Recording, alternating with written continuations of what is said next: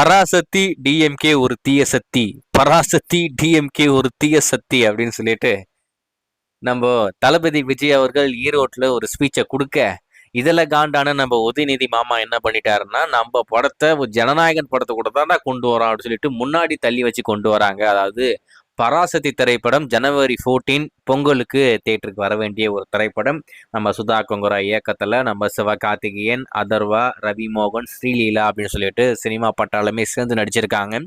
ஆனா நம்ம தளபதி விஜயோடைய ஸ்பீச்சை கேட்டு காண்டனா நம்ம உதயநிதி மாமா என்ன பண்ணிட்டாருன்னா, அவருடைய பையன்கிட்ட சொல்லி இப்போ இன்பநிதி தானே இந்த ரெட் கேன் நடத்துறாப்புல, அவங்களுடைய தயாரிப்புல வெளிவரக்கூடிய திரைப்படத்தை முன்னாடி கொண்டு வரோம். நம்ம வந்து ஜனநாயகனுக்கு தேட்டர் கவுண்டே கொடுக்கக்கூடாது, அவங்களுடைய ஷோ கவுண்ட்ஸ் எல்லாமே குறைக்கிறோம், அவங்களுடைய பாக்ஸ் ஆஃபீஸை மொத்தமாக உடைக்கிறோம் அப்படின்னு சொல்லிட்டு பிளான் போட்டு டேட்டை மாற்றி இப்போ 10ஆம் தேதி கொண்டு வர போகிறாங்க. அதுக்கான அஃபிஷியல் அப்டேட் இன்னைக்கு வரப்போகுது அப்படின்ற மாதிரி நம்ம சொல்லியிருந்தோம்.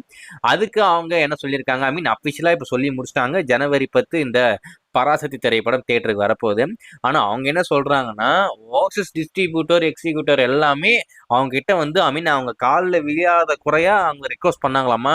அதாவது நீங்க இந்த படத்தை 10ஆம் தேதி கொண்டு வாங்க, 14ஆம் தேதி கொண்டு வந்தா எங்களால படத்தை போய் போட்ட காசு எடுக்க முடியாது, நீங்க முன்னாடி வந்தீங்கன்னா நாங்க போட்ட காசு எடுத்துருவோம் அப்படின்னு சொல்லிட்டு அவங்க ரொம்பவே ரெக்வஸ்ட் பண்ணாங்களாமா. அதனால நாங்க என்ன முடிவு பண்ணியிருக்கோம் அப்படின்னு பாத்தீங்கன்னா, ஜனவரி 14 வர வேண்டிய எங்களுடைய பராசக்தி திரைப்படத்தை ஜனவரி 10ஆம் தேதி கொண்டு வரோம் அப்படின்ற மாதிரி இப்போ அபிஷியலா சொல்லி ஒரு டீசர் நம்ம ஏற்கனவே சொல்லியிருக்கோம், ஒரு டீசர் ஒன்று ரெடி பண்ணி வச்சிருக்கானுங்க. அந்த டீசர் வரப்போகுது அப்படின்ற மாதிரி அந்த டீசர் ரிலீஸ் பண்ணி இப்போ அபிஷியலா டேட்டை சொல்லிட்டாங்க. அது குறிப்பா அது ஒரு டேக்லைன் வேற, டோன்ட் டச் ஸ்டூடெண்ட், மை ஸ்டூடெண்ட்டோ ஏதோ ஒன்று இருக்குன்னு நினைக்கிறேன், என்னை தொடாதரா அப்படின்ற மாதிரி அப்படியே இன்டைரக்டா அப்படியே சொல்றாங்களாமா.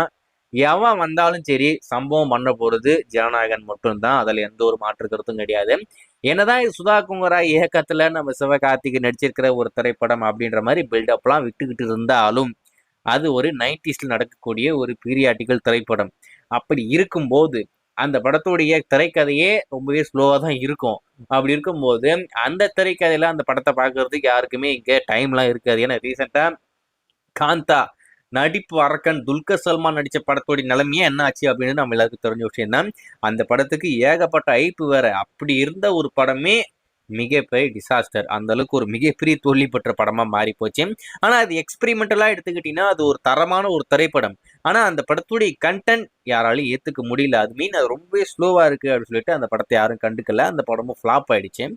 அப்படி இருக்கும்போது இவன் மட்டும் என்ன ஆத்திரம், துப்பாக்கி என்கிட்ட இருந்து வாங்கிட்டா, டேய் துப்பாக்கி யாரு கையில் இருக்கிறதுன்றது முக்கியம் இல்லை, அந்த துப்பாக்கி யாரு கேர்ஃபுல்லா ஹேண்டில் பண்றாங்க அப்படின்றது தான் முக்கியம். அது எங்களுக்கு மட்டும்தான் அந்த பக்கம் இருக்கு, உனக்கு சுத்தமா கிடையாது. ஸோ ஏதோ ஒன்று வந்துட்டு போ, பிரச்சனை இல்லை, என்ன வந்து ஹிட் ஆகுறியோ ஃப்ளாப் ஆகுறியோ அது உன் தலையெழுத்து, ஒரு பக்கம் விட்டுருங்க.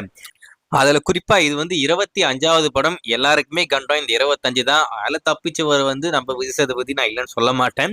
ஆனா பெரும்பாலான லிஸ்ட் எடுத்து பாத்தீங்கன்னா இந்த 25, 50 எல்லாமே மிகப்பெரிய டிசாஸ்டர் தான். இந்த படம் என்ன ஆக போகுதுன்னு தெரியல. ஸோ வெயிட் பண்ணி பார்ப்போம். ஆக மொத்தம் ஜனநாயகன் கூட பராசக்தி படம் மோதுது, அபிஷியலா கன்ஃபார்ம் ஆயிடுச்சு. அதை பத்தி என்ன நினைக்கிறீங்க அப்படின்றத மறக்காம கமெண்ட்ல மென்ஷன் பண்ணுங்க.